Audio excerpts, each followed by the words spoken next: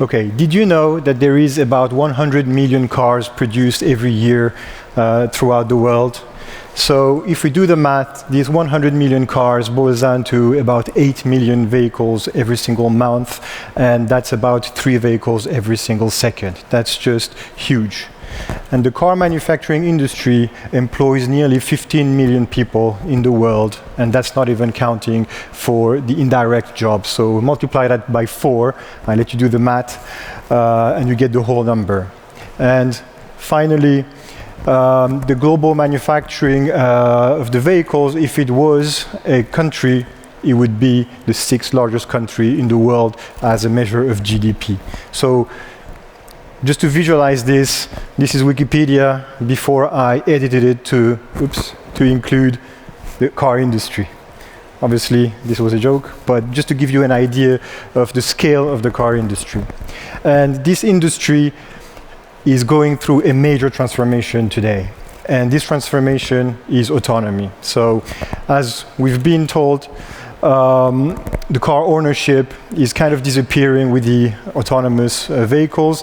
The reason is that, first of all, and a quite known fact is that a car is a very expensive asset, and it is a very fast and depreciating asset that is 20% down the moment you get out of the car dealership. And at the same time, it's spending 95% of its lifetime just parked and not being used, which is not very environmental friendly neither, and it's not good for your bank account. And with autonomous vehicles, you would be able to summon a car, a ride share, at your fingertips with your smartphone, and basically you wouldn't need to own a car. So that's the very first disruption that the car industry is going through, is that they need to reinvent their business models. Tomorrow, they will not be able to sell these autonomous vehicles to the public. They will either have to reinvent themselves as autonomy providers, so an example would be Drive Now by BMW, or start selling those vehicles to existing mobility providers. And the second large change is that while for the past 100 years, every single new car was an iterative improvement from an electrical and mechanical aspect, autonomous vehicles are mostly based on software and very complex and bleeding edge types of software, mainly robotics, deep learning, and all this kind of very new software that most car manufacturers are not really familiar with. So that's a major, major shift that's happening. And one of the things that we keep on hearing is that we shouldn't allow autonomous vehicles on the road before they're safer than human-driven vehicles. And one of the things that we frequently see is this chart. This chart is extremely important. It shows many interesting points. First of all, it shows the scale of the car industry. Today in the US, and we have similar figures in Europe and in China, there is about 3 billion miles being driven every single year. And at the same time, over the course of 100 years, the amazing achievement of safety, where we have today about 30,000 deaths in the US per year, that's still unacceptable, that's still a very high number. But if you bring that down to the number of kilometers driven, you have to drive 100 million miles before you're probably going to die into a car. So that means that if you drive your car 10,000 miles per year, you would have to drive that car for 10,000 years to actually have the probability of dying in a car. So cars are extremely safe. So how can we deploy autonomous vehicles if we consider that they need to be safer? So this is a very important question that nobody can answer today. We are not able to prove that we can be better than the human drivers. And my contention is that we shouldn't consider autonomous vehicles as an incremental improvement of the existing vehicles, but we should consider them as a brand new product. Why? Because if it's an incremental improvement, then you need to actually fit into that picture. and be able to prove that you can do better than existing cars. The systems that we've designed for assessing the safety and the reliability of the cars, they're very good at doing that for electromechanical aspects, but we can't do that for deep learning or robotics approaches. While if you consider cars, the autonomous cars, as a new product, then we understand that we need to reassess our expectations. So I'm not saying that we should just deploy them and risk a lot of things.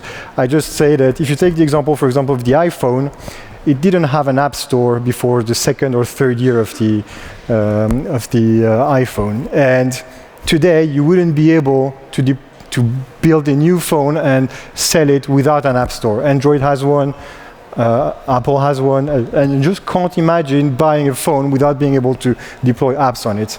And so incremental approaches mean that you need to fit into the existing ecosystem.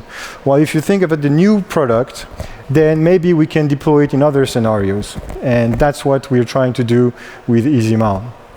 So that's a very important chart. Everybody's always referring to this chart when we're talking about autonomous vehicle safety. But I also think that there is other figures that are mostly overlooked.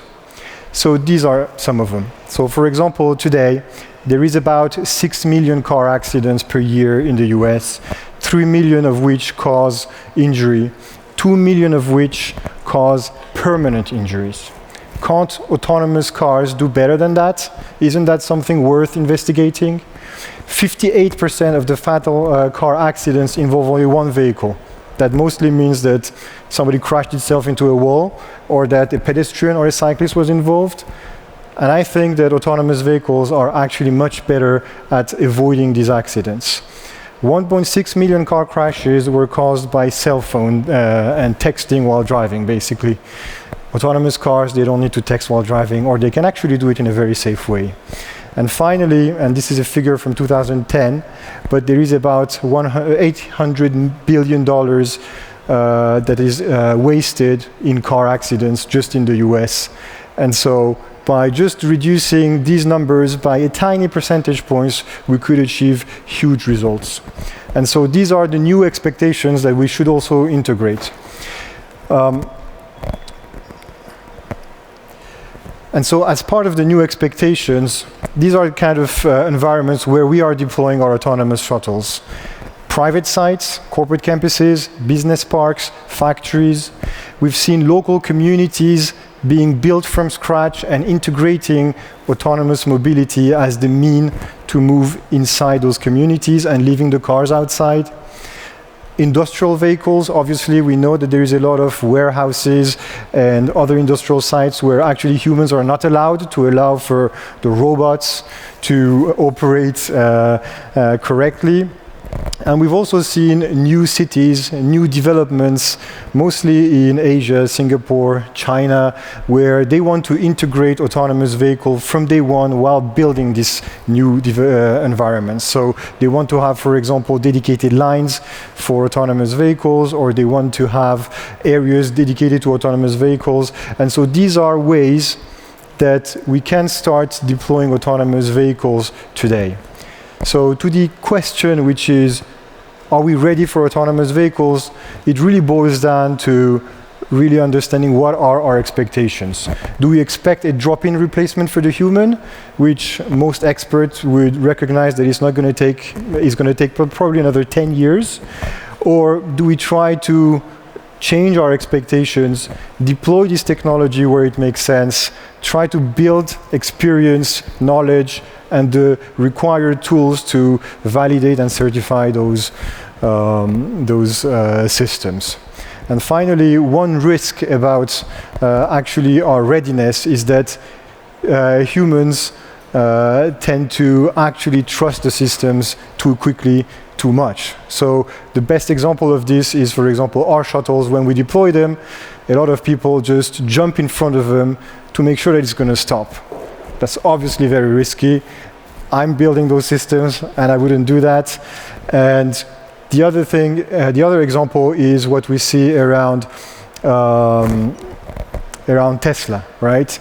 So we've seen a number of reports where people are just sleeping behind the wheel because they trust the autopilot too much. That system has not been designed for handling all the scenarios on its own. It's been designed for constant monitoring by a human driver, and people who have overconfidence in the system put themselves in harm's way, put the other people in danger, and that could actually be one of the things that would prevent autonomous vehicles from being deployed. So it's time to reassess our expectations about autonomous vehicles, and thank you very much.